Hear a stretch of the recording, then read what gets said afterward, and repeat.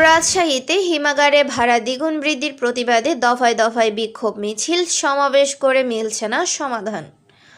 রাজশাহী জেলা অবস্থিত হিমাগারগুলোতে 2025 সালে প্রতি কেজি আলুর ভাড়া 4 টাকা থেকে বৃদ্ধি করে 8 টাকা করায় কৃষকদের মধ্যে অসন্তোষ, ক্ষোভ ও উত্তেজনা বিরাজ করছে।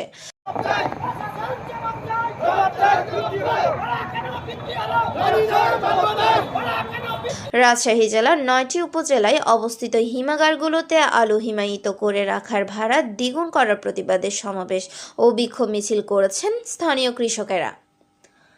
সরেজমিনে দেখা গেছে, আজ 19শে ফেব্রুয়ারি বুধবার রাজশাহী টু নওগাঁ মহাসড়কের বায়া বাজার থেকে নাওহাটা পর্যন্ত 9টি উপজেলার আলু চাষী কল্যাণ সমিতির আয়োজনে প্রতিবাদ সমাবেশ ও বিক্ষোভ মিছিল হয়।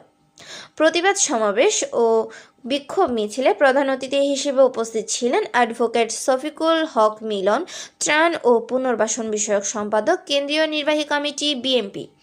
বিশেষ অতিথি হিসেবে উপস্থিত ছিলেন মিজানুর রহমান মিজান, সাবেক মেয়র, তানোর পৌরসভা ও আহ্বায়ক কমিটির সদস্য, রাজশাহী জেলা বিএনপি।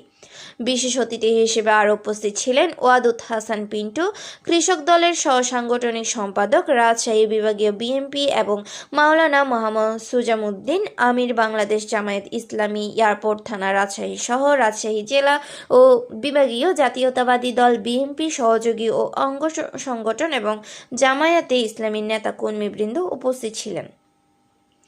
এ বিষয়ে যোগাযোগ করা হলে তানোর রহমান কোল্ড স্টোরের ম্যানেজার জালাল উদ্দিন বলেন, গত বছর প্রতি 50 কেজি বস্তার ভাড়া ছিল 300 টাকা এবং লেবার খরচ 15 টাকা।